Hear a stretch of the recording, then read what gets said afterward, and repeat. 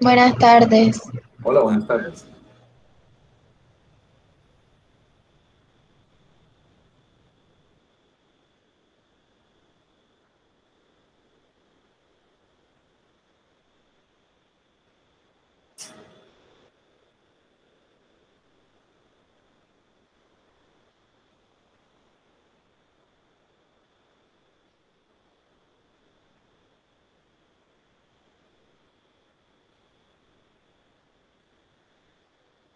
Buenas tardes. Hola, buenas tardes. Tardes.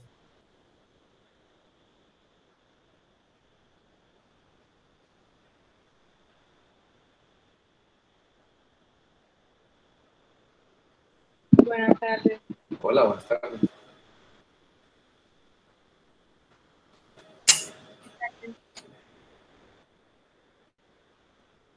Hola, buenas tardes. Buenas tardes. Buenas tardes. Buenas tardes. Buenas tardes.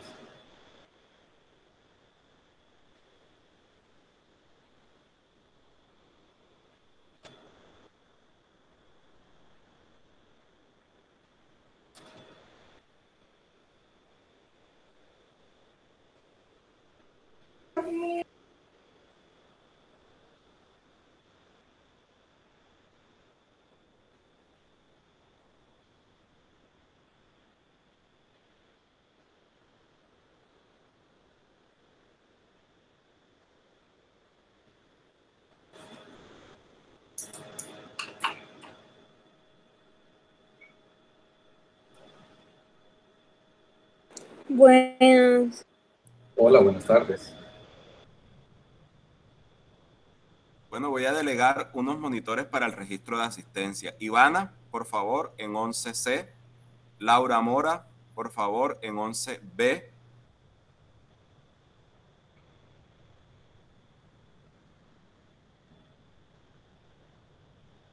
Julio Mario, por favor, en 11A. ¿Listo? Bueno, jóvenes, muy buenas tardes.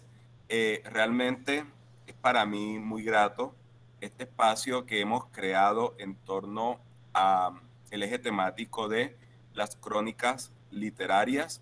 De igual forma, este espacio, esta conferencia que hemos programado guarda relación también con nuestro proyecto de cortometrajes por la temática, por la intención, por la temática que hemos escogido.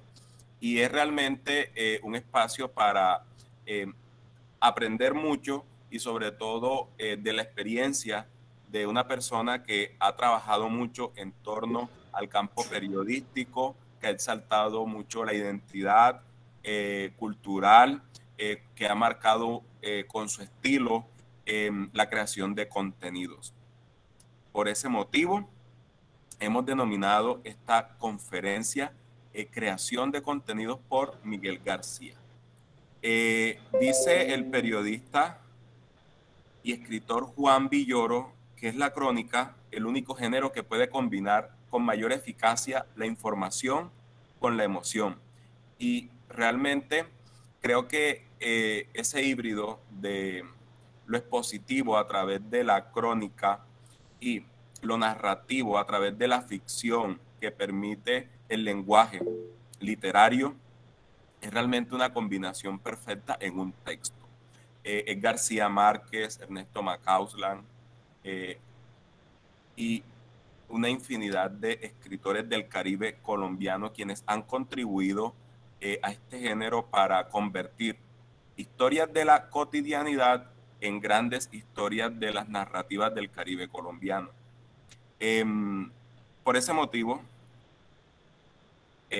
no alejándonos de esos perfiles de los grandes escritores, narradores y cronistas de nuestro país. Miguel García, a través de su trabajo periodístico, su trabajo como fotógrafo y realizador audiovisual colombiano, hoy nos comparte a través de esta conferencia, la cual le agradezco mucho porque no solamente ha tenido la intención de apoyarme en torno a la propuesta de trabajar crónicas literarias con ustedes, sino también de fortalecer con la creatividad del lenguaje periodístico sus trabajos audiovisuales, el generar este espacio denominado creación de contenidos. Entonces creo que muchos de ustedes distinguen a Miguel, pero que sea él precisamente el que en este momento pues se dirija a ustedes, y espero que aprovechen al máximo este espacio. Tomen nota, pregunten, participen, y pues creo que lo más importante, se lleven después de la aproximación que hemos hecho al tema a través de las crónicas, de la musicalización de esas crónicas y de la forma en que se desarrollan estas historias, ustedes creen su propio sello. Recuerden que con el tema de las crónicas literarias, que corresponde al segundo indicador del trimestre, vamos a realizar un concurso de crónicas literarias. Es decir, que este taller les va a servir mucho para la creación de su propia crónica literaria, y en la medida que sea escogida entre todos los estudiantes de la promo su crónica como la mejor, va a pasar esta crónica a un concurso, en este caso a nivel institucional, en donde se va a premiar el primer, el segundo y el tercer lugar en cuanto a la producción escrita. Allí pues vamos a tener jurados de la institución y jurados externos. De igual forma va a estar Miguel apoyándonos dentro del proceso para que esta oportunidad de escribir crónicas literarias sea una oportunidad para recrear, para disfrutar, para comunicar y sobre todo para también plasmar en sus escritos su propio sello, así como Miguel lo ha hecho con su trabajo periodístico. Entonces, espero que los que vayan llegando con prudencia, pues vayan saludando por el chat. Recuerden que hay que levantar la mano para participar en el momento en que sea prudente. Y sin más, los dejo con Miguel. Adelante, Miguel. Bueno, muchísimas gracias, Rafael, y muchísimas gracias especialmente pues, por esta oportunidad, esta invitación. Muy buenas tardes a todos los chicos que nos acompañan en este momento. Con algunos he tenido la oportunidad de interactuar cuando fui profesor de inglés por allá en el año 2019. Para quienes no me conocen, la primera vez que interactuamos, como ya lo dijo Rafael, yo soy Miguel García, yo soy más rolo que un paraguas, como se pueden dar cuenta por mi acento. Soy periodista, estudié comunicación social y periodismo en el Externado en Bogotá, en la Universidad Externado de Colombia, y he dedicado mi carrera a, digamos que no solamente a desarrollar mi trabajo periodístico desde la narrativa audiovisual, sino también en el ejercicio periodístico de los, digamos, y también temas relacionados con las relaciones públicas y otros aspectos de la comunicación. Pero básicamente me he dedicado al ejercicio del periodismo y ahora yo no pensé que después de 20 años de carrera profesional estuviera viviendo todavía del periodismo. Pensé que tenía la intención de seguir por otro camino, pero el periodismo, digamos que ha permanecido. He tenido experiencia en muchísimos medios y he encontrado en la crónica un nuevo elemento, un nuevo formato, un nuevo género para explorar mi trabajo, y digamos que he tenido unos éxitos recientes muy interesantes por eso. Entonces les quiero dar la bienvenida. Voy a tratar de ser lo más sucinto y breve posible para explicar una parte del proceso, para que tengamos un espacio amplio donde ustedes puedan comentar, hacer preguntas, sugerencias, y comentar acerca del trabajo que están haciendo, o algún comentario que tengan de lo que hayan visto y algunas referencias. ¿Ok? Yo creo que podemos avanzar.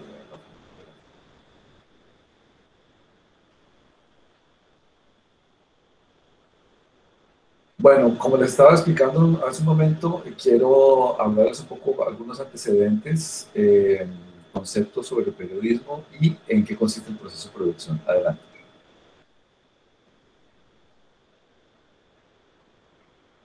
En cuanto a los antecedentes, pues como se pueden dar como se pueden dar cuenta por mi biblioteca, esta es mi biblioteca personal, tiene solamente contenidos de fotografía o libros fotográficos de algunas revistas. Mi interés por el magazine está dado por el hecho de que crecí en un ambiente en el que mi padre tiene todavía una biblioteca bastante extensa, tiene también una biblioteca, en su biblioteca personal tiene alrededor de unos 3.000 libros, más una hemeroteca y unas revistas. En algún texto que yo escribí que aparece en la página que se llama Varón de Revistas, explico cómo el haber crecido entre revistas, tanto como las de Pardo, que están allá al fondo, la revista National Geographic y otras que tengo por acá, crecían, mientras yo crecía, fue lo que me llevó a mí a interesarme por el periodismo. Realmente yo quería hacer lo que hacían esos escritores, periodistas, fotógrafos que aparecen en con sus artículos en esas revistas. Yo quería tener una vida de aventuras y el único espacio que yo encontré que me permitía explorar esa forma de vida que yo quería fue el periodismo. Entonces, yo desde muy pequeño ya tenía la intención eh, sobre todo a través de la fotografía, que fue mi primer interés, eh, poder explorar este tema del periodismo. Yo tuve la oportunidad de una persona llegada a la familia me regaló una cámara fotográfica y esa cámara fotográfica a la edad de 8 años transformó, digamos que ese interés que yo tenía sobre las revistas me llevó ya a tener un plan y una intención muchísimo más profunda. Y eso fue lo que me llevó a la escuela de periodismo. Como les conté hace un momento, yo he dedicado mi vida profesional básicamente a hacer producciones de televisión, he hecho varias series, varios documentales, he hecho series para Señal Colombia, también he trabajado en noticieros, ese tipo de cosas. Yo trabajé en un noticiero que se llamaba Hora Cero, también trabajé con Caracol Televisión en un noticiero, eh, y he hecho algunos documentales que han tenido salida en canales nacionales, en algunos también han tenido salida internacionalmente. Eh, Pero después de tanta experiencia, tanto en fotografía como en audiovisual y especialmente en televisión, encontré una cantidad de limitantes desde en el relato audiovisual.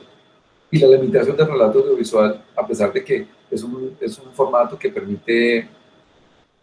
permite a uno como realizador muchas libertades, porque hay una cantidad de recursos, pero de todas maneras está limitado, primero, por el marco de la pantalla, y segundo y más importante, está limitado por el tiempo, porque el formato televisivo está limitado por el tiempo. Los formatos son únicos, es decir, un programa de un documental de media hora tiene que ser 24 minutos de contenido, 6 minutos de comerciales, el de una hora es 52 minutos y 8 minutos para comerciales. Entonces, el formato es muy limitado. Y he encontrado recientemente que que a través de la crónica escrita me he dado una cantidad de libertades como periodista y como escritor, como narrador de historias. Me he encontrado que he podido desarrollar una cantidad de habilidades de llevar al lector a lugares que a través del relato audiovisual o fotográfico no me lo hubiera permitido. Y eso es lo que me ha gustado de la crónica y he explorado este formato en profundidad en los últimos años con un especial interés y con unos resultados algunas veces no tan buenos y en algunas otras muy satisfactorios. Entonces, quería proponer estos antecedentes para que ustedes supieran de dónde vengo y cómo es que he logrado explorar el formato de la crónica periodística. Sigamos adelante. Bueno, para entrar en la materia, quiero hablar del periodismo. Sobre todo cuando los chicos hay muchas personas que se enamoran de la parte romántica de carreras como el periodismo, o como la historia, o como la antropología.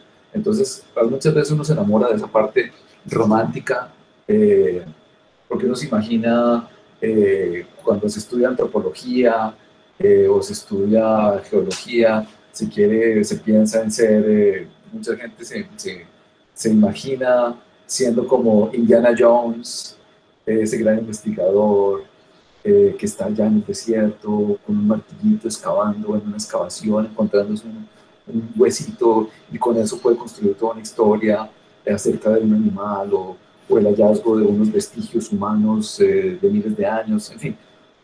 Uno se puede enamorar de esa parte romántica y yo de alguna manera tenía eso, pero a partir de la formación en la escuela de periodismo fue que fui encontrando una serie de elementos que me llevaron a donde estoy. El periodismo es uno solo, es solamente una manera de hacer periodismo. Y el periodista puede hacer su trabajo, puede cubrir cualquier tema. Hay muchas personas que se meten a estudiar la escuela de periodismo porque no les gustan las matemáticas, porque quieren ser, les gusta mucho el deporte o son hinchas de fútbol y entonces quieren ser comentaristas deportivos. Pero pues un periodista puede cubrir cualquier tema. Yo fui editor de deportes de un medio digital durante unos años, sin saber mucho de deportes y de fútbol.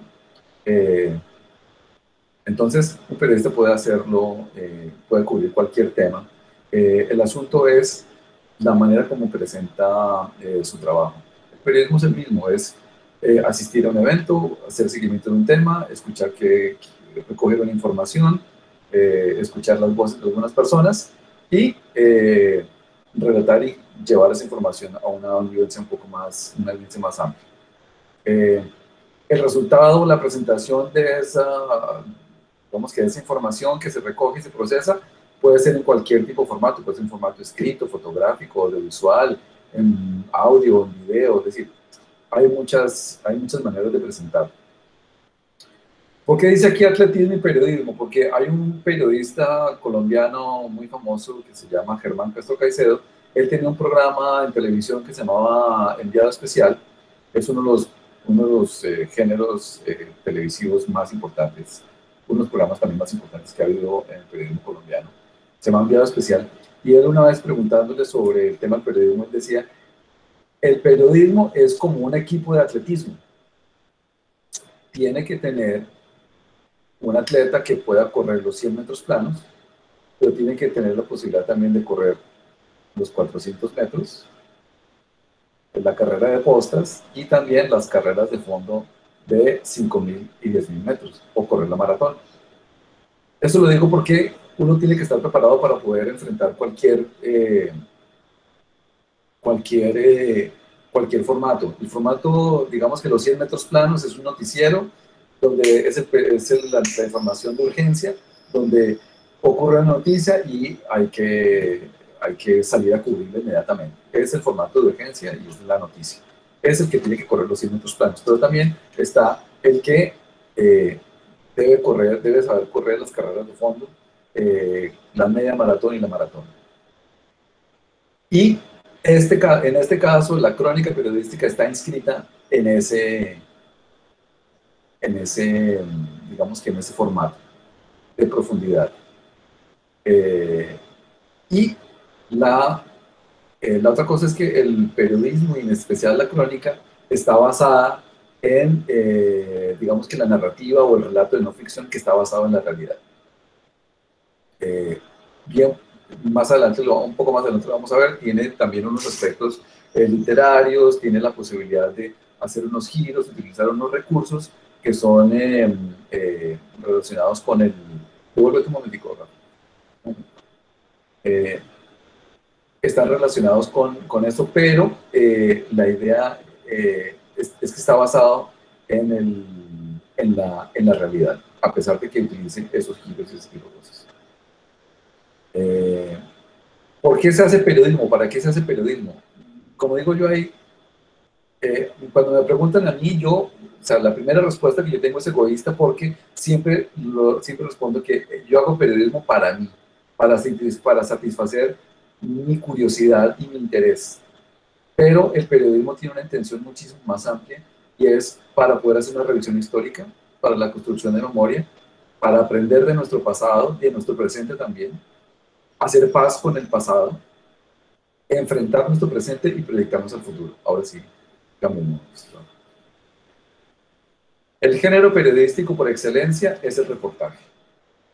El fotógrafo francés Henri Cartier-Bresson decía que, digamos que él fue el que inventó, digamos, vamos a decir que él es como el padre de la fotografía periodística o el reportaje fotográfico. Él decía que una fotografía puede ser un reportaje, en muy pocas ocasiones eso sucede que una fotografía cuenta toda una historia, pero se puede hacer. Es la página, en este caso la página de la revista, la que con una serie de fotografías puede ayudar a contar un relato o hacer un reportaje en una serie de fotografías. Entonces, el género periodístico por excelencia, por eso digo, es el reportaje. Si ustedes ven una crónica, en el fondo es un reportaje. Lo que pasa es que la crónica tiene el uso de, como les decía, de elementos literarios y una serie de giros y elementos que le dan un sabor un poco más profundo, digamos, o que le da un saborcito interesante al momento de leer. Pero finalmente es un reportaje. Los documentalistas, sobre todo gente que estudió cine, los realizadores audiovisuales, se creen distintos porque te hicieron un documental. Y resulta que en últimas un documental es un reportaje. Cuando se hace un informe especial por una revista,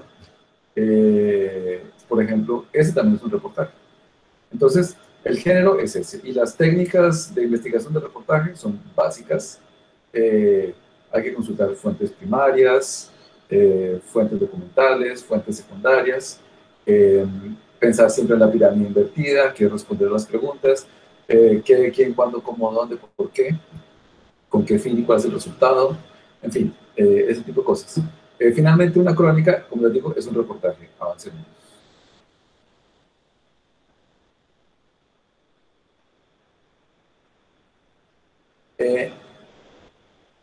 Y ahora vamos a un punto que estaba hablando Rafa hace un momento sobre el tema del realismo mágico. La crónica, como les decía, utiliza elementos relacionados con la literatura.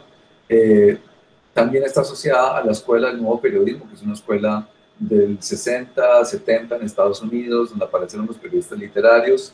Hay un libro que habla específicamente de los periodistas literarios. En Colombia hay unos ejemplos muy interesantes y las experiencias de algunos periodistas muy importantes, que Germán Castro Caicedo es uno de ellos, Alberto Salcedo Ramos también es uno de ellos, claro, Gabriel García Márquez, aunque digamos que es como el más importante exponente del realismo mágico, y a nosotros nos inscribieron del realismo mágico, igual que Macaulay, pero cuando yo estaba en la escuela de periodismo, nosotros sentíamos una carga, yo sentía también, junto con mis compañeros, sentíamos una carga porque se esperaba que todo lo que produjéramos los colombianos, los periodistas colombianos y los escritores colombianos, todo era realismo mágico. Y entonces eso de alguna manera nos jodió la vida, porque no todo lo que se produce es realismo mágico. Entonces, muchas veces se espera que lo que uno produzca siempre tiene que tener un toque mágico y sí, es un formato muy bonito, es un formato muy valioso y que, digamos, yo también estoy inscrito de alguna manera dentro de eso porque tampoco puedo escapar a la realidad del periodismo colombiano, pero de todas maneras yo tengo cierta resistencia en algunas ocasiones, depende del documento, depende del texto, eh, cuando estoy enfrentando algún tema, digamos que a veces trato como de resistir un poco al realismo mágico. Pero digamos que también hace parte de nuestra idiosincrasia, de nuestro de nuestro ser nacional y de la forma como nosotros trabajamos en Colombia. Entonces, por eso, de alguna manera, también al público también hay que dar un poco de lo que quiere. ¿Por qué se llama crónica? Pues primero porque las primeras, digamos que se llama crónica porque, digamos que, sobre todo, por ejemplo, en la época de la conquista y la colonia se hablaba de las crónicas de Indias, las crónicas de viajero, que tenían primero un orden cronológico, pero de ahí viene su nombre, la crónica tiene un orden cronológico, y eran unos relatos de viaje, de las aventuras que tenía Marco Polo, o el diario, o de los diarios el diario de Marco Polo, o el diario de Cristóbal Colón, o las cartas que se escribía, y tienen un orden cronológico porque es un viaje, como llaman algunos, también es otro formato cinematográfico, que es el road movie, que tiene que moverse hacia adelante, y es una historia es una historia de viaje. Y por eso se llama crónica. Lo que pasa es que ya, en la medida que el género ha avanzado y ha crecido, la crónica finalmente es un reportaje, como yo decía antes, que utiliza recursos narrativos asociados a la literatura. Adelante.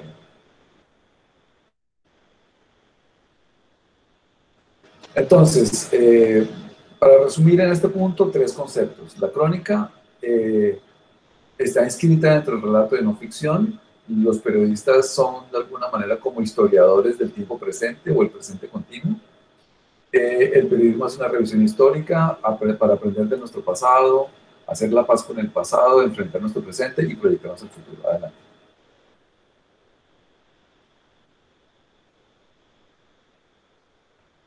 Ok, como les decía, estamos hablando del storytelling dentro del género de la narrativa de no ficción.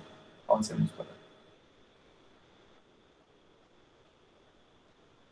Ok.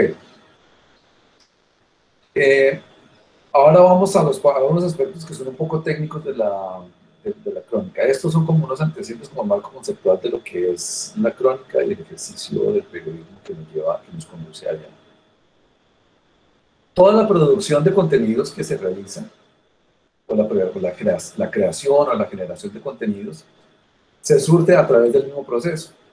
Y por muy básico que parezca, y claro, tiene sus complejidades, pero está basado en estos tres conceptos: preproducción, producción y postproducción.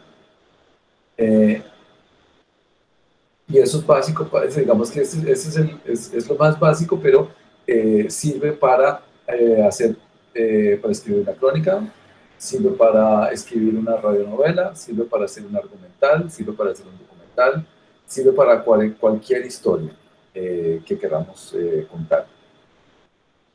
Y también implica unos aspectos técnicos relacionados, por ejemplo, con la investigación, o sea, más allá de los temas técnicos si estamos hablando de televisión o de cine, pues tiene unos aspectos técnicos relacionados con el uso de la cámara, con el proceso de edición en línea, los programas que se utilizan, pero también tiene unos aspectos técnicos de investigación y tiene unos aspectos técnicos relacionados con la estructura y la escritura propiamente de la pieza. Técnica narrativa, ese tipo de cosas. Diseño de investigación. Ahora voy a tratar de profundizar un poco en eso. Y también tiene unos aspectos creativos que son, digamos que es la parte donde está el enfoque, donde está la parte como diferencial, más que el enfoque tienes como la parte diferencial, el valor agregado que tienen los relatos. Y es donde cada uno tiene que encontrar su mirada y su voz para poderle aportar a la narrativa que se está proponiendo. Adelante.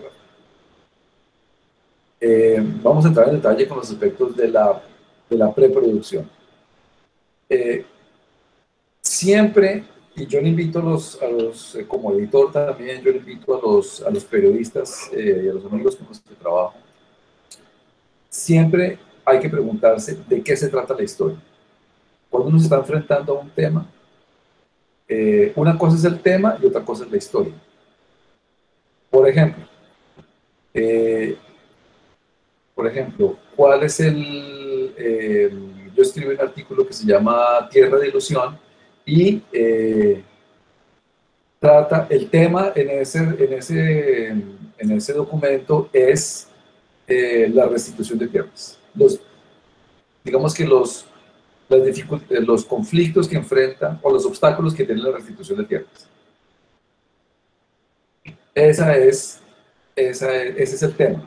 Pero la historia es la historia de un predio en el Carmen de Bolívar, y a través de la reconstrucción de la historia de ese predio y de las familias que son propietarias de ese predio, ellos han seguido como el camino del héroe para poder volver a sus tierras y que se las restituyan. Entonces es la historia de un grupo de campesinos en los Montes de María que abandonó sus tierras hace 20 años y no ha podido regresar a ellas. Entonces, una cosa es el tema y otra cosa es la historia. Siempre tenemos que preguntarnos de qué se trata la historia y saber cuál es el tema. A partir de eso, se tiene que definir pues la investigación, buscar algunas referencias audiovisuales. Yo siempre que me enfrento a una historia, busco referencias audiovisuales.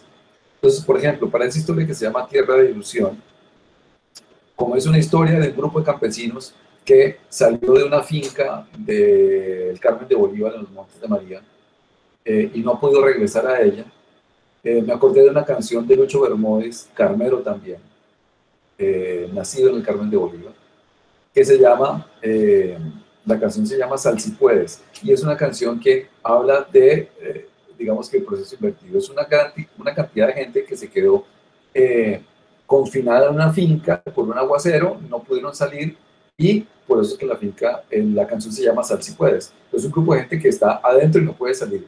En cambio, los de esa historia son un grupo de personas que tuvieron que salir y no han podido regresar, no han podido entrar. Esa referencia me sirvió para poderle dar estructura a la historia y para poner los títulos y los capítulos que estaban incluidos dentro de la historia. Por eso es que la historia se llama Tierra de Ilusión, porque uno de los versos de la canción dice así, Tierra de Ilusión. Entonces se tiene que buscar esas referencias, y cada que yo me enfrento a una historia, siempre estoy pensando en dónde he visto algo parecido, dónde me suena que he visto esto, a qué me sabe, a qué me huele, a qué sensación me produce, y es donde está digamos, la parte creativa. A partir de ahí viene un tema muy técnico que es precisamente poder hacer la sinopsis, construir una hipótesis. Una sinopsis que es responder la pregunta de qué se trata la historia. La hipótesis es saber qué es lo que yo creo de la historia previamente. Puede ser que en el transcurso de la investigación se confirme la sospecha que yo tengo o la hipótesis que yo tengo, pero también a lo largo de la investigación puede que eso cambie completamente. Y ahora lo vamos a ver. Y a partir de eso se empieza con la investigación de acuerdo con el método del reportaje, que es hacer una investigación documental, identificación de fuentes, diseño de líneas de investigación, hacer preentrevistas. Hacer preentrevistas es súper importante porque uno tiene que identificar las fuentes, identificar las fuentes y preguntarles cosas para saber si qué relación tienen con la historia. Hay un video que también está en la página que yo hice que se llama Nombre de Familia. Nombre de Familia surgió porque una persona, digamos que el patriarca de la familia, el último tío abuelo de la familia que quedaba con vida, estaba muy enfermo, estaba por cumplir 86 años, y esa persona y se quería hacer como una fiesta para reunir por primera vez a una familia. Entonces me llamaron, que ellos querían reunirse para hacer la reunión para la familia, y cuando yo fui a hablar con esta persona, él me entregó una foto. Él me dijo, no, mira, es que yo quiero recuperar esta foto. Y resulta que era la única foto en la que aparecían él con sus hermanos y su señora madre. y era la única foto que tenía de ellos. Entonces, yo después, yo estaba como tratando de recuperar la fotografía y hablando con otro familiar de esta persona, encontré que yo fui con la intención de entrevistarlo, pues de conversar con él para que me diera un poco más de detalles de la historia de la familia, y cuando tuve la conversación, por fortuna, yo había llevado mi cámara, una cámara pequeña, portátil, o sea, no llevaba todo el aparataje con micrófono y luces y todo ese tema, sino que yo llevaba una cámara para poder hacer preentrevistas. Entonces fui a tener una conversación con esta persona y resultó que la historia que me contó resultó ser una cosa fascinante, una historia, que parecía un relato macondiano. Y dije, no, esto no puede ser solamente unas fotografías para un evento, de una reunión de la familia. Eso se convirtió en un documental. Realmente esa preentrevista que yo le hice a esa persona se convirtió finalmente en un documental que sí, que se llama Nombre de Familia. Entonces, los temas de las historias pueden salir de cualquier parte. Y una fotografía me llevó a un relato, y ese relato me llevó pues a hacer un documental, y yo no tenía la expectativa de hacer semejante trabajo. Entonces, por eso es que es importante identificar fuentes y hacer una investigación documental para poder mirar, a ver si se consiguen fotografías, documentos, archivos que puedan servir para contar la historia. Y todos esos aspectos hay que tenerlos en cuenta en la etapa de preproducción. Pasemos a la siguiente etapa. Bueno, la etapa de producción ya es la realización. Y es cuando se hacen las entrevistas, es cuando se hacen los videos, las fotografías, las entrevistas en audio, y se toman las notas que respondan a las preguntas que yo me hago o que yo me he hecho en la etapa previa, cuando yo estoy haciendo la hipótesis y cuando tengo acceso a la historia, y que ya me pregunté de qué se trata la historia. Entonces me planteo una serie de preguntas para hacerle a todos los personajes y a los documentos, y o sea, saber si existe tal documento, si existe un registro civil, si existe una fotografía, si existe un testimonio. Entonces yo tengo esas preguntas y las tengo que formular. Y es cuando voy y hago las entrevistas y hago ya la grabación de las cosas que yo necesito. Transcripciones. Las transcripciones son muy importantes. Es uno de los trabajos más aburridos y más tediosos que tiene la realización documental o el trabajo de producción en la generación de contenidos, porque tú tienes que sentarte y volver a escuchar todo y transcribir. Y cuando se está hablando de, por ejemplo, un formato radial o un formato audiovisual, hay que transcribir y poner el tiempo. Entonces uno tiene que poner el nombre del clip y el tiempo. Empiezan de tal tiempo a tal tiempo, del 00 tal a tal parte, para poder después tener el fragmento y poderlo incluir al momento de la edición, o y poder identificar identificar el punto cuando tú necesitas hacer la verificación ya en la etapa de postproducción. Entonces, por eso que las transcripciones son tan importantes y las tengo ahí. Nos volvemos a preguntar, ¿de qué está toda la historia? Yo tenía una hipótesis, yo tenía como la idea de la historia, pero es posible que en ese proceso la hipótesis haya cambiado.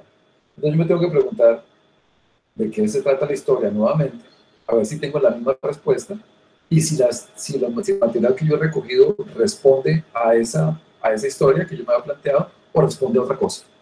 Si la hipótesis ha cambiado, si sigue siendo igual o no.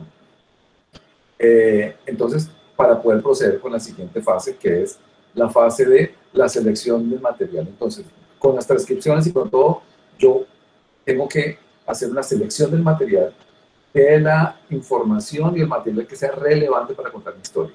Porque yo no recomiendo hacer entrevistas que duren más de 10 minutos, pero hay personas que hacen entrevistas de 3 horas y vuelven a la semana siguiente, hacen otras 3 horas de entrevista. El asunto con eso es que eso se puede volver interminable. Por eso es que es importante la investigación previa. Pues hay que hacer una investigación previa muy eficiente, muy profunda, para que las entrevistas y el material que uno recoja sea específico para las preguntas que uno tiene que responderse. Entonces, después de que ya has visto todo, que tienes todas tus fotos, que tienes todos tus videos, que tienes todos tus audios, que tienes todas tus notas, entonces haces la selección del material relevante para contar tu historia. Ahora sí, siguiente. Entramos en la etapa de producción, de postproducción, que es ya, ahora sí, después de que hicimos la investigación, después de que hicimos toda esta etapa de producción tan complicada y que hicimos también esa etapa de producción donde levantamos todo el material y lo seleccionamos, venimos ya ahora sí a montar nuestra historia. Adelante.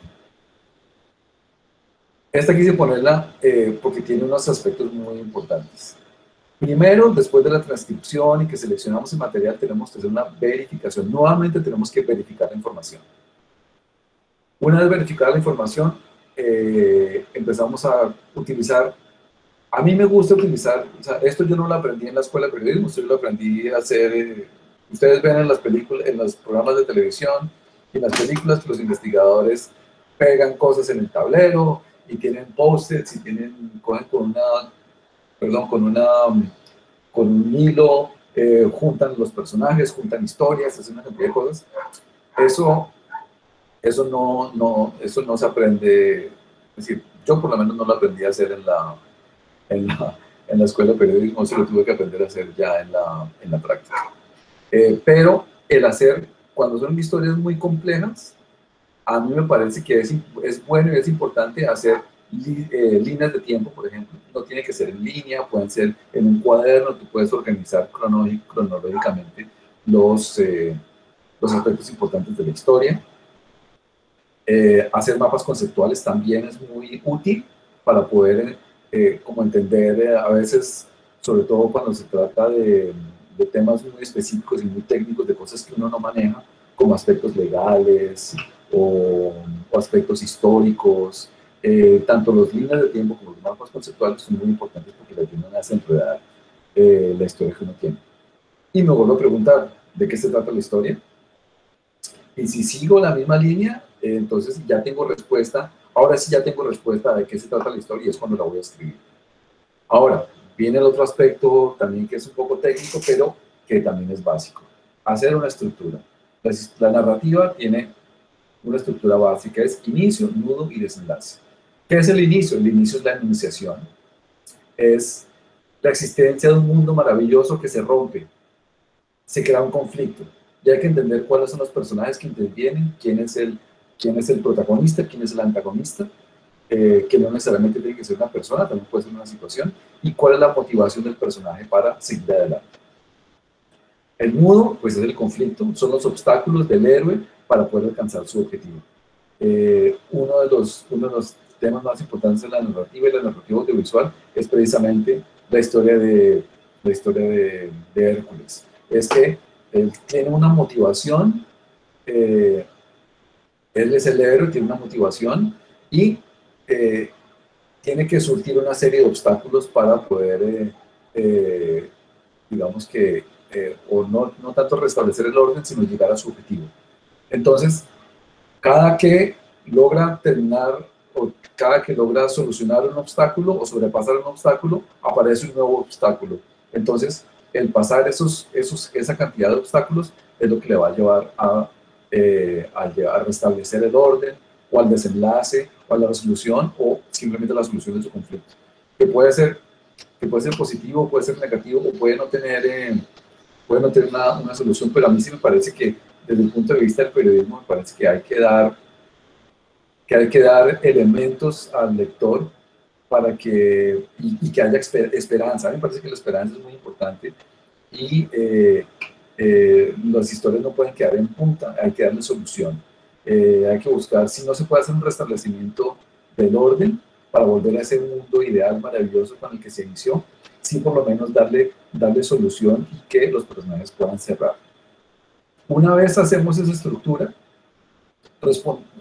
utilizando la sinopsis, y si ese tema cambió, y si me he respondido a la pregunta de qué se trata la historia, entonces puedo trabajar una estructura, que es hacer ese inicio, nudo y desenlace, en la cantidad de párrafos que salgan, la extensión que sea necesaria, para poder llegar a la primera versión.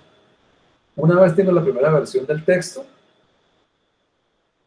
vuelvo a hacer verificación de datos. ¿Eso qué significa? Significa estar seguro que si estoy citando a una persona, sea lo que la persona dijo y no si transcribí bien, si las fechas concuerdan, si los datos son verídicos, si puedo, si por ejemplo si se trata de una historia de la vida familiar o cualquier dato, tengo que buscar por lo menos 2 o 3 fuentes que me ayuden a confirmar. Si tengo una información en un, por ejemplo, eh, yo me di cuenta que escribiendo una historia tuve que mirar los registros civiles de algunos integrantes de mi familia. Y resulta que, por ejemplo, el registro civil de mi mamá estaba junto con el de algunas de mis tías. La fecha de nacimiento que aparecía en el registro civil era una, la que aparecía en la partida de bautismo era otra, la que aparecía en la cédula era otra.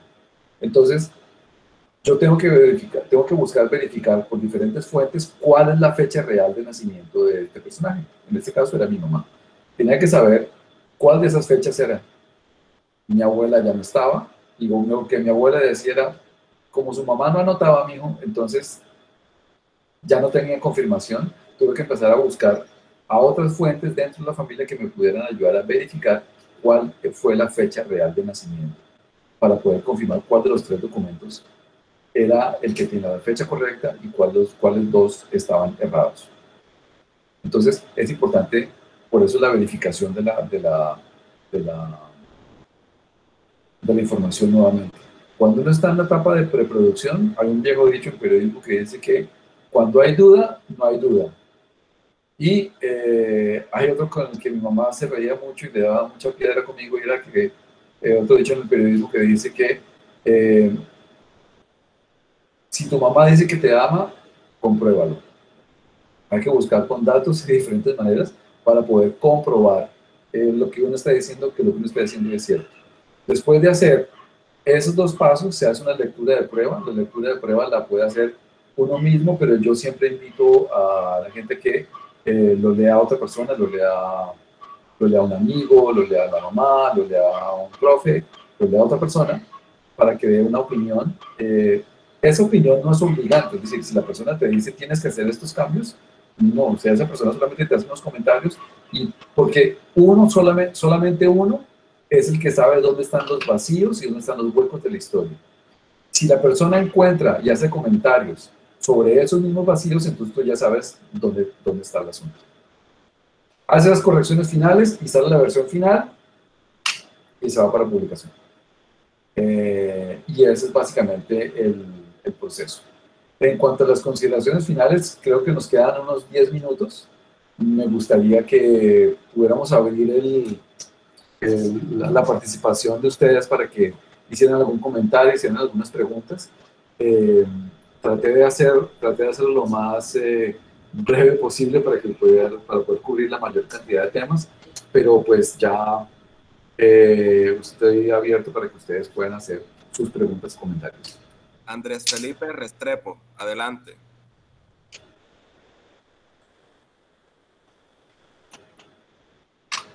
Hola Andrés, prende tu micrófono. Andrés, habías levantado la mano.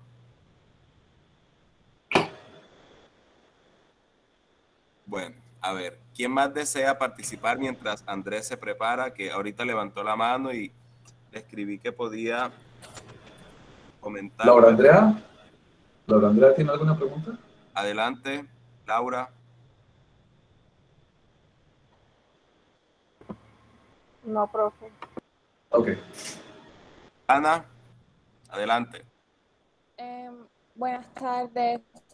Mi pregunta es, digamos que muchas veces, digamos que, bueno, sobre todo nosotros ahora en nuestra posición como estudiantes y en la crónica literaria que vamos a hacer, no sé qué consejo nos podría dar usted para, digamos que en ese acercamiento literario no dejar de lado como el periodismo y la veracidad de la historia. Pues no, lo que pasa es que ustedes tienen que poder encontrar cuál es la historia que quieren contar.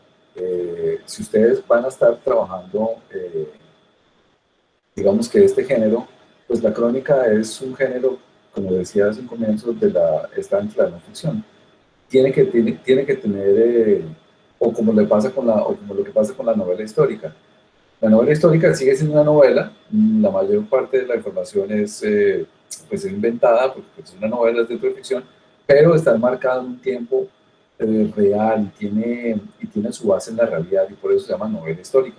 En este caso la crónica también, me parece que tiene que tener un tema de realidad eh, y tiene que estar basado en hechos reales, tiene que estar basado en acciones, en personajes o en situaciones que sucedieron en la realidad y para eso pues digamos que lo mejor es poder consultar fuentes, primero buscar referencias y buscar fuentes, testimonios, documentos que puedan ayudar a soportar esa historia. Si tú ves esa historia que se llama Nombre de Familia, que está en la página, esa surgió, como dije en ese momento, de una foto. Fue una fotografía, la que me llevó a ese relato. O sea, esa fotografía me llevó a un testimonio y ese testimonio me llevó a un relato que se convirtió en un documental de 16 minutos. Entonces, lo importante es que tú puedas encontrar una historia o un elemento que te ayude a contar una historia que es muchísimo más grande a la que todos nos podemos, con la que todos nos podamos relacionar. No sé si eso respondió a tu pregunta. Vale. Muchas gracias, Ivana. ¿Quién más? A ver, comentarios sobre la presentación, sobre lo Una que... pregunta. Adelante, Isabela. ¿Qué tanto podemos poner como de nuestra opinión o no se deben poner como lo que nosotros pensamos en una crónica? No, pues mira, el espacio para poner las opiniones son las columnas. ¿Sí? Yo creo que es decir, cuando uno está hablando inclusive cuando está hablando del género de ficción, de no ficción, las opiniones, los objetivos, los adjetivos, perdón, me parece que sobran. Una cosa distinta es que yo como narrador pueda aportar mi visión de las cosas y la postura que tengo frente a algunos temas, pero no a opinar y comentar sobre cosas, porque estamos hablando de situaciones, sobre personajes. El trabajo del periodista, de alguna manera, y especialmente cuando uno está trabajando un tema como este, es de alguna manera un trabajo invasivo, porque yo tengo que meterme en la vida de las personas y preguntarles por cosas de su vida personal, de su historia familiar, de situaciones que enfrentaron. Entonces, una cosa es que uno pueda aportar una perspectiva amplia de una situación, de cómo se enfrentó una situación o de un hecho histórico, a opinar sobre eso. Porque, por ejemplo, eh, yo, por ejemplo, no estoy de acuerdo con la guerra. Y yo fui soldado, yo he estado cubriendo conflicto armado, tengo una postura sobre la guerra y sobre los actores armados. eh, pero cuando me estoy enfrentando a entrevistar o a estar haciendo una historia sobre el paramilitarismo, no me puedo poner con mi posición y con mi posición frente a eso, porque como no estoy de acuerdo con él, eh, no quiero que no quiero que mi opinión personal me nuble el pensamiento ni me permita, ni me obstaculice el trabajo de investigación que yo estoy haciendo, porque finalmente lo que yo quiero es ayudar a contar eh, una verdad y necesito saber cuál es la verdad del otro. Entonces, eso es una de las cosas que me parecen a mí más bonitas del periodismo, y es que independientemente de la posición y de las opiniones que eh, yo tengo que poder estar en la capacidad de poder contar una historia universal y sin opinar, contar una historia universal a la que todos podamos sentirnos relacionados. Laura Mora y luego Jamie Sabino. Bueno, lo mío no es una pregunta, sino más que todo es un consejo. Yo no sé si usted sabe que en el colegio hacemos unos cortometrajes por los de grado 11. Entonces me preguntaba qué consejo nos podría dar para continuar con esos cortometrajes. Pues encontrar y contar una buena historia. Digamos que pues, lo que pasa es que ahí uno se tiene que apasionar por esas historias. O sea, cuando tú cuentas una historia, por ejemplo, cuando yo encontré la foto, me di cuenta que el testimonio de esta persona tenía una profundidad increíble. Me di cuenta que era una historia muchísimo más grande que solamente hacer una galería de fotos y poner unas fotos por un evento. Me di cuenta que realmente había un relato que era muchísimo más grande y muchísimo más profundo, al que cualquier persona se puede sentir relacionado, porque todos tenemos un apellido y todos queremos saber quiénes somos, de dónde venimos y cuál es nuestra historia personal o familiar. Entonces, lo que hay que hacer es seguir con pasión la construcción del relato y buscar que el proceso, sobre todo el de preproducción, la gente, digamos que se engancha sobre todo con el proceso de postproducción, porque es donde se empieza a ver el resultado del trabajo. Pero sin un trabajo de investigación, sin formularse preguntas, sin plantearse la estructura, la sinopsis, el tratamiento, digamos que el producto final no es tan rico. Entonces, yo prefiero hacer un proceso de preproducción muchísimo más intenso, más profundo, más largo, que me va a hacer el proceso de producción y postproducción muchísimo más digamos que amigable, más corto, más fácil y más rápido, porque ya tengo todo, la estructura y todo el tema lo tengo en mi cabeza. Muchas gracias. También tengo otra pregunta, más que todo sería como un consejo que usted podría darme. Digamos que yo me encuentro en una situación en la que me siento confundida sobre lo que quiero hacer con mi vida o pues lo que quiero estudiar. Entonces, a mí a veces me apasiona mucho esta parte de la literatura, pero también me apasiona otra carrera.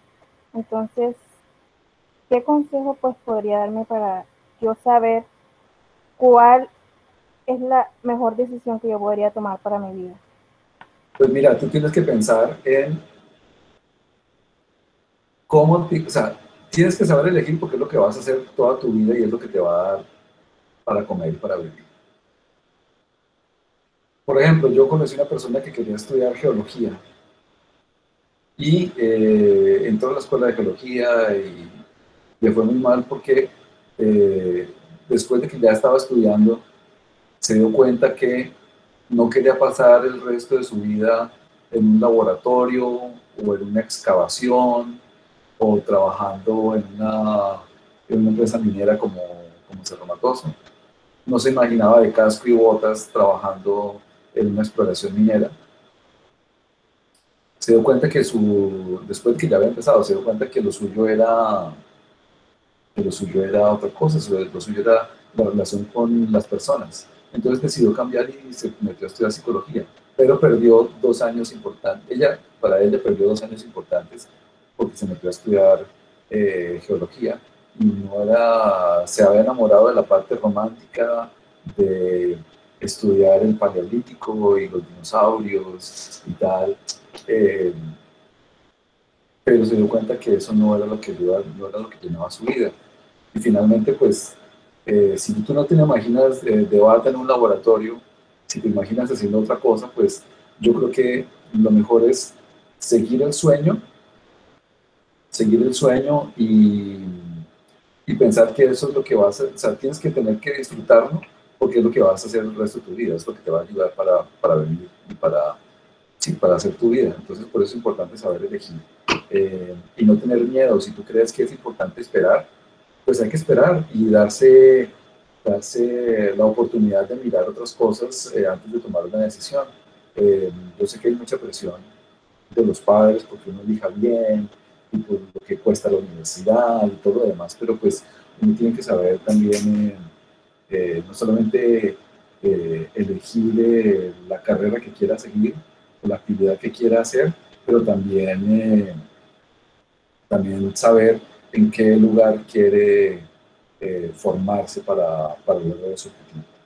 No sé si, pues yo sé que ya se acabó el tiempo, pero no sé si podamos responder algunas preguntas más. Tranquilo, sí. Sí, Miguel, tranquilo. No te Ok, preocupes. Jamie y luego Juan Fernando. Bueno, lo mío no era una pregunta, era más que todo como un comentario en base a la pregunta que hizo Isabela, porque cuando hicimos crónicas en el salón hablamos sobre la crítica literaria y la crítica periodística. sí.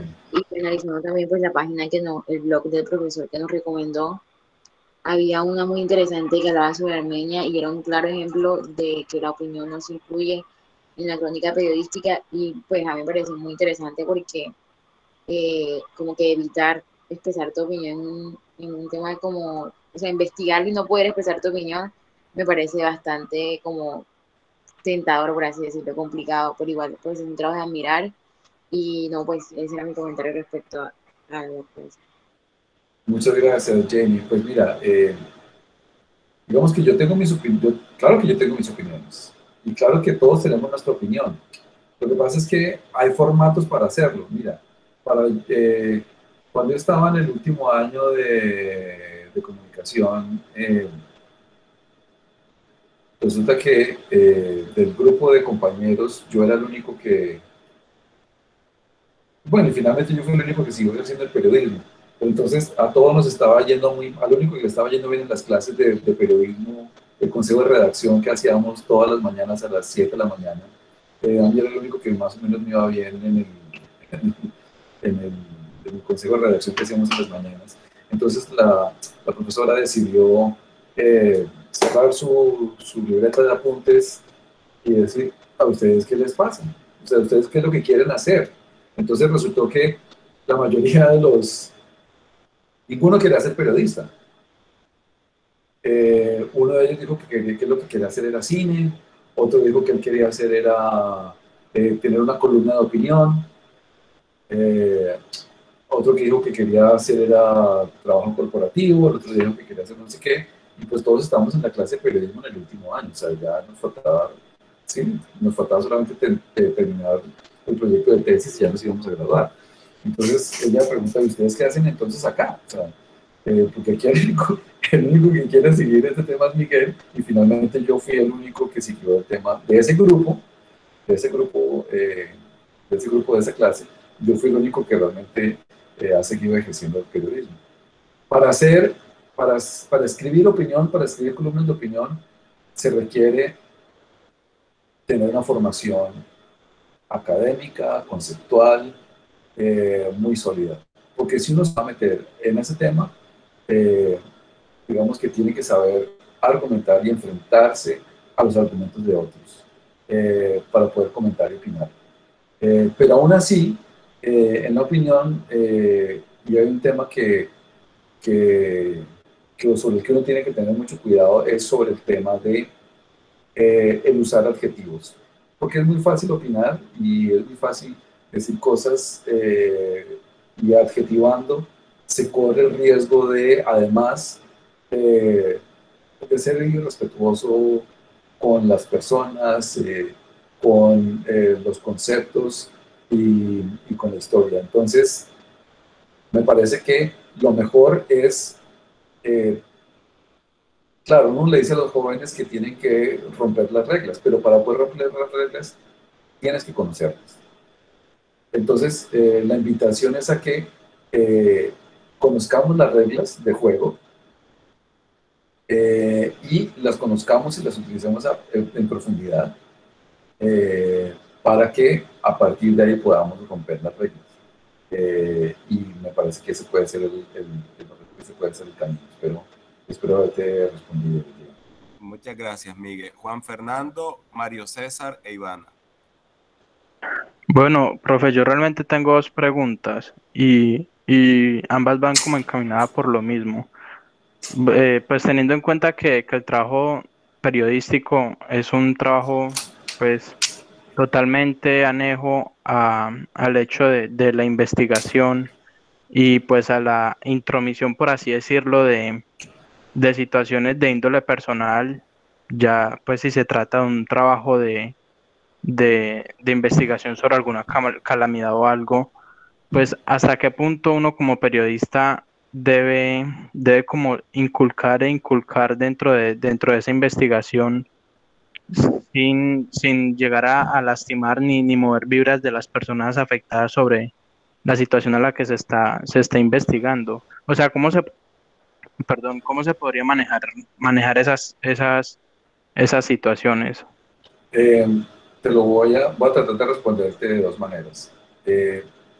La primera forma como te quiero responder es que en la historia esa de Armenia en 1999, está la historia de Sandra, una intendente de la policía, que quedó atrapada en un edificio. Cuando yo fui a hacer la entrevista, yo fui a hacer el especial para los 10 años, ¿los 10 años? Sí, los 10 años del Foreca. Eran los 10 años del Foreca y eran los 10 años de la reconstrucción del eje cafetero. Esa mujer, yo fui y la encontré en la nueva estación de policía de Armenia. Y yo la convencí de que regresara al sitio porque ella llevaba, desde que ella salió de ahí en una camilla, con la foto en la que ustedes vieron, desde que ella salió de ese lugar, en 10 años no había vuelto. Y para la historia era importante poderla fotografiar en el mismo sitio donde ocurrió la calamidad. Y de donde ella logró salir con vida y que sus compañeros no salieron con vida. Yo tenía la necesidad, precisamente porque es que el tema en fotografía, el tema en televisión, es que tú tienes que tener imagen. No puedes hacer algo sin imagen porque es la base de la historia que tú quieres contar. En televisión tienes que tener imagen. Entonces, no tenía, digamos que las imágenes, las fotografías del periódico no se vean tan bien, y ella me dijo que ella no había vuelto a ese sitio, entonces yo la invité a que regresara y la logré convencer de que volviéramos. Y logré hacer esa fotografía y tener el testimonio de ella en el sitio. Atrás de ella se ve el edificio. Logré convencerla para que después de 10 años ella lograra regresar y con lágrimas en sus ojos me contó su relato. Lo importante en este caso es, claro, yo me estaba inmiscuyendo en un tema emocional muy fuerte de su vida, pero es importante con la perspectiva histórica. Yo no le pregunté por otras cosas, yo no le pregunté detalles, porque los detalles, algunos detalles, digamos que no eran relevantes. Ella contó sí una parte importante de la historia y algunos detalles que me permitían contar la historia, pero yo no quise ahondar en algunos detalles muy personales sobre el dolor, sobre las emociones, sobre el miedo, sobre algunas cosas específicas que sucedieron ese día, porque sucedieron muchas cosas, y el hecho de ver morir a sus compañeros junto a ella y otras cosas terribles que sucedieron ahí, y que ella logró salir con vida, pues no eran relevantes para la historia. Entonces, pues no le quise preguntar y no quise ahondar en eso. Las otras dos maneras que te quiero responder es precisamente esta historia que está acá, donde ustedes ven el ataúd, donde ven a la señora que acaba de morir, y esta historia de los alabados. Claro, ¿cómo se mete uno en un velorio? Y sobre todo, a tomar fotografías y a tomar notas. Es una cosa muy agresiva y muy invasiva. Y ustedes se dan cuenta que es una comunidad afro. Y pues, yo soy muy rolito y llevo muchos años viviendo acá, pero pues no es así. Entonces, yo fui con una misión para hacer un trabajo periodístico para televisión y resultó que esta persona, yo la iba a entrevistar y cuando llegué me dice, no, es que uno de los personajes que usted va a entrevistar se murió ayer. Entonces, ahí también juega un poco, digamos que la experiencia del reportero y un poco la visión de oportunidad. Claro, yo no hice la historia de televisión pues, con la muerte, pues, porque ese no era el objetivo. Pero Yo sí sabía que las comunidades negras en el Pacífico le cantan a los muertos para que ayuden, para que pasen de esta vida a la otra. Entonces tenía que, pues yo pregunté, yo simplemente pregunté, como les digo, yo hago periodismo y primero para satisfacer mi curiosidad y las preguntas que yo me hago. Entonces yo pregunté, a la señora la están cantando y ella se sorprendió de que yo supiera que a los muertos en las comunidades pacíficas, negros del Pacífico los cantaran. Entonces me dijeron, sí, claro, la están cantando en su casa. ¿Será que yo puedo ir? Entonces cuando yo fui, me dijeron que sí, y pedí el permiso para poder ir, y cuando yo fui, yo les hablé. Pero la historia es que hay una fotografía que no está acá, pero yo estaba sentado por aquí en uno de estos sitios, de ahí estaba tomando fotos, y la señora que está aquí al fondo, que está como tomándose, que está en la foto de la mitad, y que estaba como tomándose un trago, porque ellos están tomando trago, están comiendo, algunas veces bailan. La señora y todo el mundo me estaba mirando mal. Yo ya llevaba como 20 minutos ahí sintiéndome súper incómodo, estaba muy mal, la gente me miraba mal y yo tirando fotos ahí dentro y yo llevaba una grabadora en el bolsillo. Eh, y entonces llegó un momento que ya no aguanté más las miradas inquisitivas, penetrantes. La señora que estaba al lado me dice, ¿y usted ya miró a la muerta? Y le dije, no, ¿cómo se le ocurre? No me da pena. Me da pena incomodar más de lo que ya he incomodado. Digo, entonces, ¿a qué vino? Si usted vino, si usted vino, pues venga, se la presento. Me cogió de la mano, me levantó la tapa del ataúd, y es esa foto que acá que está ahí, la primera foto. Levantó la foto del ataúd y dijo, mire, se la presento. Ella se llama fulana de tal. La estamos velando porque se acabó de morir y nosotros la queríamos mucho. Y por eso estamos aquí, la estamos cantando. Tómele una foto. Le tomé esa foto y a partir de ese momento fue el momento más maravilloso de la historia porque todo el mundo se integró, me dieron trago, me emborraché con ellos, tomé las fotos y pude sacar el relato. Y, era un tema bastante agresivo, pues porque mi presencia era muy agresiva. Entonces, uno tiene que ser flexible ante las circunstancias, porque finalmente era la historia que yo quería contar. Y pues tenía que superar ese obstáculo para poder contar la historia y a ver si pude lograr las fotografías. Las mejores fotografías las logré después de esa conversación y después de haberle tomado la foto a la señora. Entonces, depende de la historia y depende de qué tan lejos quieras llegar con ella. Bueno, excelente testimonio, Miguel. Mario e Ivana, para concluir, ya que lastimosamente nuestro tiempo clausuró, pero creo que de forma extraordinaria. Entonces, Mario, te doy el espacio para que hagas la pregunta. Ivana, seguido para que Miguel pueda cerrar con sus intervenciones. Mi pregunta es, ¿qué propósito y qué expectativas pues, debe tener uno cuando quiere realizar una crónica? O sea, cuando, por ejemplo, yo hago una fábula, pues yo espero generar una reflexión, una moraleja en el lector. Cuando hago una crónica, pues, ¿qué propósito debería plantearme y qué expectativas debería tener? Bueno, pues depende. Cada uno tiene una intención para hacerlo y como decía yo hace un momento,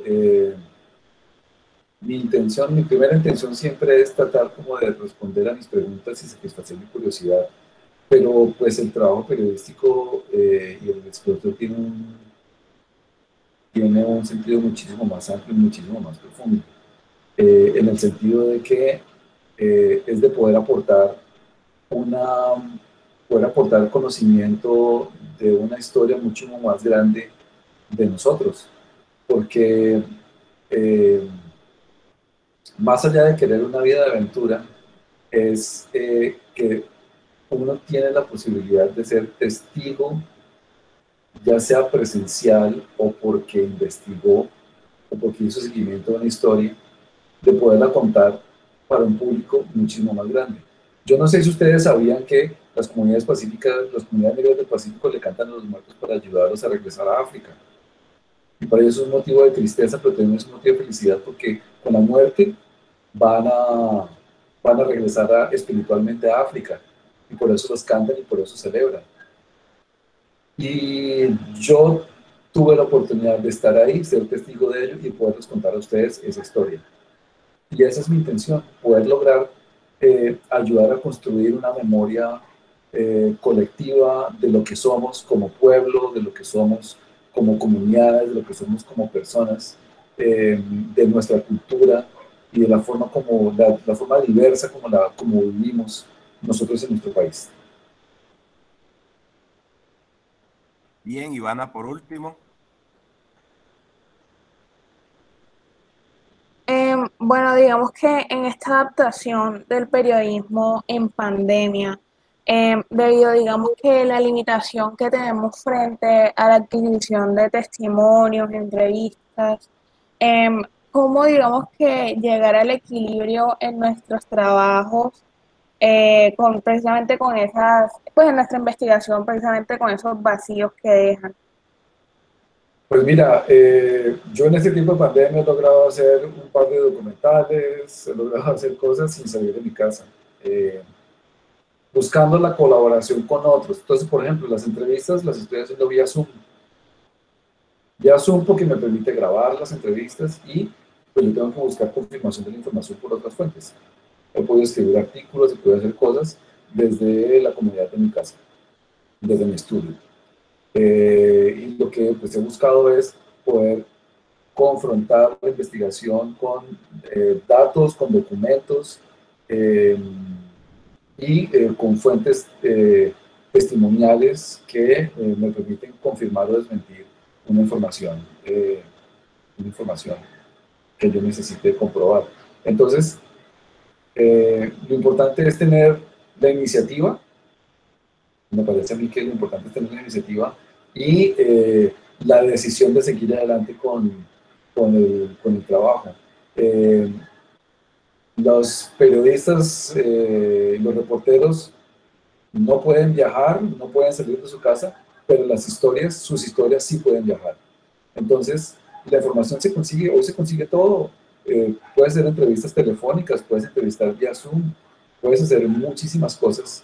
No podemos limitarnos solamente porque digamos que hay un aspecto de la pandemia y de la tecnología que no nos permite acceder a la información, y en este momento la tecnología nos permite una gran cantidad de cosas que en mi niñez yo no tenía. O sea, cuando yo estaba en grado 11 no había internet, no tenía celular, no tenía ninguna de las inmensa cantidad de oportunidades y de recursos que ustedes tienen ahora. Muy bien. Realmente ha sido un espacio bastante significativo para la creación de contenidos, tanto para la redacción de crónicas literarias como también para la creación de nuestros proyectos de cortometrajes. Muchas gracias, Miguel. Realmente los muchachos quedan inquietos, van a seguir participando de este proyecto y pues te reiteramos los agradecimientos por tu intervención. No, a ustedes muchísimas gracias por el espacio, muchísimas gracias también por leer y por comentar algunos de mis trabajos. Me pueden seguir en redes sociales, también pueden, si tienen preguntas, me las pueden hacer llegar a través del correo electrónico que aparece ahí o a través de mi correo, a través de mi correo electrónico o de redes sociales. Me pueden escribir, hacer preguntas y comentarios que yo con muchísimo gusto trato de responderles, ¿ok?